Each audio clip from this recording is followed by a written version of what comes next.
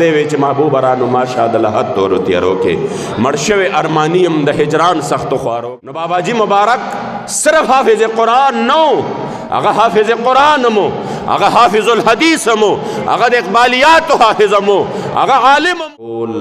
دنیا ته دا ثابت کړه چې 1400 کاله پس هم د حضور مبارک داسې غلامان شته چې د خپل حبیب علیه السلام په نوم باندې خپل ځانونه قربانوي، او بیا هغه بیماری او هغه تکلیف چې و د هغې هغه سیوا شو او د هغې نه د دې مبارک وصال وشو. والد صاحب محترم ما ته وایي چې موږ به د مشرانو نه اورېدل چې باباجي صاحب به وایي که ما له الله پاک 10 کسه مخلصین را زه به په دې وطن باندې شریعت نافظ کړم. نو ما به داسې سوچ کوه، ما به وایي چې په 30 کروڑو کې او 40 کروڑو کې به 10 کسه څه کار وکړي؟ 10 کسان خو 10 کسه نو د 10 کسانو کار به څومره دا خو یو دومره لوی مخلوق دی، او په دې کې بیا یو انقلابي روح پیدا کول او د اسلام طرف ته رامایله کول چې مقصد هم ټوله دنیا وي او خېټه وي، نو دا به څنګه وشي؟ تاسو یقین وکړئ چې باباجي جون خو موږ صرف اورېدلی او لیدلی هم نه و، هغه چې چا لیدلی د هغې خوش قسمته دي چې ورسره ملاقاتونه شوي دي. موږ خو صرف اورېدلی و، لیدلی مو نه و، خو چې کله امیر المجاهدین ولیده او په خپلو سترګو باندې مو ولیده نو زموږ یقین وشو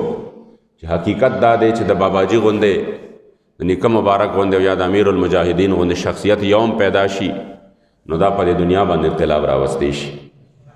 هغه مبارک چې و با کردار او هغه مبارک قربانۍ والا او د الله ولی و. د الله ولی چې دی په ځان له باندې هغه کار کولی شي چې په لکونو خلک یې نشي کولی، په کروڑونو خلک یې نشي کولی. د مبارک په یو داسې وخت کې د دین متین د خدمت دپاره ملا وتړله چې عالم کفر خپل ټول انویسټمنټ کړی، قادیانیت په خپل زور و شور کې و او کفر په دې وطن باندې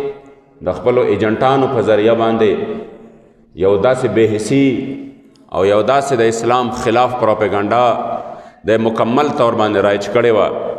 او بیا د خپلو ایجنټانو په ذریعه باندې د حضور علیه الصلاة والسلام د عشق او وفا د دغه درس د ختمولو دپاره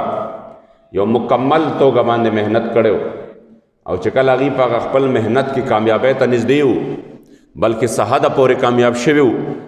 او د دې امت نه چې کوم جذبه وه هغه جذبه یې ترې اوښکلې وه، او یا که په چا کې جذبه وه نو د هغې رخ یې بدل کړی و، هغې لارې بدل کړې وه. په دقه وخت کې امیر المجاهدین د امت ته لار نیغه کړه او ویې فرمایل چې ستاسو تاریخ دا نه دی، ستاسو تاریخ په داسې ماحول کې او بیا روب دومره جوړ کړی و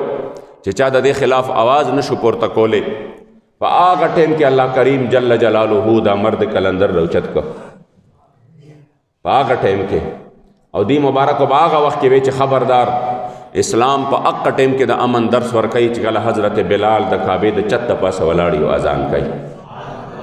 اسلام په هغه وخت کې د امن درس ورکوي چې کله ستا د مور، ستا د خور، ستا د مسلمان عزت آبرو محفوظ وي، او چې کله کشمیر ټوکړي ټوکړي پروت وي، او کله ستا عراق کې 10 لکه ماشومان بچي چې کوم دی شهیدان شي، او کله ستا په افغانستان باندې اور بل وي او په هغې باندې د بارودو او په هغې باندې د اسلحې باران وي، نو هغه وخت کې به هغې مبارک په هغه ټیم کې فرمایل چې بیا په دې ټیم کې اسلام د امن نه بلکې میدان ته د راوتو درس ورکوي. اسلام بیا په دې وخت کې په کور کې د ناستې او د امن درس نه، اسلام بیا په دې وخت کې په لاس کې د ټوپک د راغستو درس ورکوي. اسلام بیا د جهاد درس ورکوي، او بیا مبارک په خپلو تقریرونو کې صبح شام ما ته اوس هم یاد شي د هغې مبارکو ژوندون چې داسې ژوند دی چې ټوله ورځ به وګرځېده، سفر به شپه به هم پکې راله، پروګرامونه به وشو، لرې لرې سفر به او د شپې به لیټ ټایم راورسېده، جومات به ټول ډک و د مېلمنو نه، د هغې نه پس به د مېلمنو سره د ملاقات سلسله شروع شوه. الله کریم جل جلاله اخلاق هم داسې ورکړي وو، والله ما ته نشي یاد څومره ورسره زموږ ناسته شوې ده، خو ما ته نشي یاد چې دې شخصیت د دومره ستړیوالي باوجود چرته مېلمه ته دا ویلي چې یاره ماله خوب راځي او ما خو ټوله ورځ سفر کړی دی او زه بس دی که نه تاسو لاړ شئ. خلکو خو به د هغې نه زړه نه کېده، قسم دی زه ګوایم چې تر سهره سهره پورې به خلک ناستو، خدا مبارک به هم سهره پورې ناستو، او د دې خبرې هم ګوایم چې روټۍ به نه وه خوړلې، خادم به روټۍ راوړې وه پرته به وه، خو چې تر څو به میلمه په خپله ناستو ده به ورته دا نه وی چې ما خو لا روټۍ نه ده خوړلې تا خو خوړلې ده ځکه تاسو لږ بار شوی زه به روټۍ وخورم روټۍ به یخه شوه پرته به وه او تر سهره پورې به پرته وه خو د مبارک دام نه دی ویلې چې یاره بس دی او تاسو چې کوم دی لاړ شئ چې زه روټۍ وخورم یا زه لږ آرام وکړم په داسې انداز باندې د شپې او د ورځې کلي کلي ته لاړه کوڅې کوڅې ته لاړه او بیا د خلکو له ټیم ورکو او بیا الله کریم جل جلاله ولا ملکم ورکړی وه الله کریم ولا برکت هم ورکړی چونکې د اولیاء شان داده د الله د پاکانو دوستانو شان داده چې د هغې بیان خو وروستو خبره ده چې والله د هغې په لږ صحبت باندې الله کریم جل جلاله د انسان ژوند بدلی امیر المجاهدین فنا فی خاتم النبیین شیخ الحدیث والتفسیر حضرت خادم حسین بابا جی رحمت اللہ تعالی علیہ ونور اللہ مرقدہ الشریف مبارک به فرمایل چې زه د قوم تربیت داسې کول غواړم چې د دوی د خپل محبوب علیه السلام سره عشق و وفا دا تعلق داسې مضبوط شي چې د ده په وړاندې د خپل جانان مبارک هغه خوږ نوم چې بابا جی مبارک فرمایي د محمد خوږې نامې نه د سردار قربان او بیا بیا د شم تر د حسین زیبا رخسار قربان او استاد پیزار تر خور یا نبی خیر البشرا محمد امین کړه پاک الله په هزار واره قربان ورته مې قربان زمون خو به جګړې ټول په دې کې کېدې چې دا څنګه و دا څنګه و دا جایز دی و دا ناجایز دی نو په خندا شو اور ماں توے نہیں اب تو بات بہت آگے چلی گئی ہے اب تو بات جائز اور ناجائز سے بہت آگے چلی گئی ہے اب تو نوجوانوں نے اپنی سینے اس نام کے لیے پیش کیے ہیں اس کوئی خبر ډیره لري رسېدلې ده د جایز او د ناجایز نه اوس خو د حضور د عزت او ناموس د پاره او د ختم نبوت د پاره او د یا رسول الله د پاره ځوانانو په خپلو سینو باندې ګولۍ خوړلې دي ځکه عزتمندو الله کریم جل جلاله د دې مبارکو په وجه باندې آغا کھویا ہوا مقام هغه چې دین ورک شوی الله کریم بیا د سنت لا ورکه او الحمدلله د ختم نبوت په مسله کې په ټوله دنیا کې که چا سترګې اوچتې شوي دي او موږ ته به اکثر په حکومتي واکدارانو کې د تاسو کې څه چل دی دنیا ټوله خاموشه ده ولې دنیا کې نور اسلامي ملکونه نشته مسلمانان نشته چې تاسو راپاسې په دې مسله کې موږ وی افسوس دا دی دنیا ځکه خاموشه ده چې دنیا سره د امیر المجاهدین فنا فی خاتم النبیین حضرت شیخ الحدیث علامہ خادم حسین رضوی صاحب مبارک ونه شخصیت نشته دا هستی الله پاکستان له ورکړې ده دا زموږ خوش قسمتي ده دا زمون خوش قسمتی دا چې الله کریم جل جلاله دی مونږ لرا کړی دي نو ځکه په دې مسلو کې مونږ راوچتېږو او دا عزتمند شریعت کې مطلوب دي کوم انسان چې د ذات بدل اغستی شي د ذات د پاره پهلوانی او د الله او رسول د پاره چې کم دی پهلوان نه د دنه باندې بې غیرت په مخ د ځمکه باندې بل نشته پهلوانی دا خو نه ده زما د محبوب علیہ السلام د صحابو چې الله صفتونه کړیو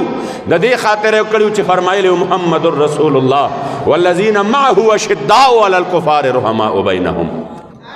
خپل میانس کې شعر او شکر دی خو د اسلام د دشمن خلاف خبر راشي بیا د ټولو نه زیات سخت دی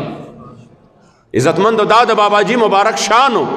چا به د اسلام خلاف خبره نشو برداشت کولې د حضور خلاف به خبره نشو برداشت کولې د دې وجه نه به د هغه په طبیعت کې سختی ښکارېده خو هغه به د اسلام د دشمنانو دپاره وه هغه به د حضور د ګستاخانو دپاره وه ورنه د بابا جی نرمی او د بابا جی مبارک د طبیعت چې کوم الله پاک ورکړی و هغه خو موږ په خپلو سترګو باندې لیدلی ده د هغه شفقت خو موږ په خپلو سترګو باندې لیدلی دی نو بابا جی مبارک صرف حافظ قرآن نو هغه حافظ قرآن مو هغه حافظ الحدیث مو هغه د اقبالیات حافظ مو هغه عالم بالواسطه یا بلا واسطه نه مګوره پنجاب کې چرتم چې عالم ناسته دی یا به د بابا جی مبارک بالواسطه شاګردي یا به بلا واسطه حتی چې زه درته خیبر پختونخوا کې مخیمه که په دې خیبر پختونخوا کې مګوري په زرګونو علما داسې را روان دي چې دا د بابا جی مبارک بالواسطه شاګردان را روان دي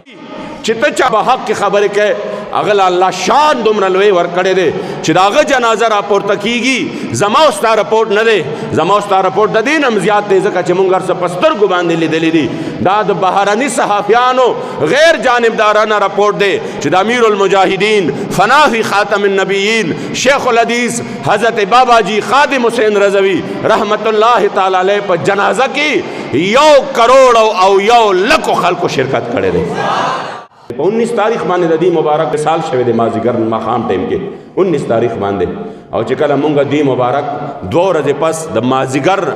نه ټیم تیر شو ماښام ټیم نږدې و د ماښام ټیم هم چې کله دفن کو والله بالله زه د الله په کور کې ناست یم چې په اکه ټیم کې مال امیر محترم عطر راکړه وی دا د هغې مبارک مینه وه ما له عطر راکړه وی دا چې کوم دی ته وله سینه باندې ومږه ما چې هغه عطر راواغستل او کله باباجي مبارک مونږ په لحد کې ښوده د هغې نه وړاندې په ذات د خدای قسم چې زه درته وایم چې هغه عطر چې ما وله داسې په سینه مبارکه باندې په کفن کې لاس ور دننه که او بیا داسې په دې ګیره مبارکه باندې داسې په والله چې دومره وخت بعد هم د هغې مبارکو جسم بلکل نرم او تر تازه پروتو او داسې نه محسوسېده چې دومره ډېر ټایم تیر شوی دی د دې مبارکو نه روح وتلی دی حالانکه یقین وکئ مړي خلک اکثر په ګنټو کې ورته تکلیف وي چې 100 غنټې سیوا تیرې شوې هوسې نه په دې مخ باندې عجیب عجیب اثرات را روان شي په دومره ټایم کې باباجي مبارک داسې و زه درته وایم چې څنګه موږ ورلو چونکې حالت داسې و چې په موږ قیامت و موږ وی قیامت چې نن نه وي نو کله به وي چې باباجي موږ داسې بې اثرې پرېښودو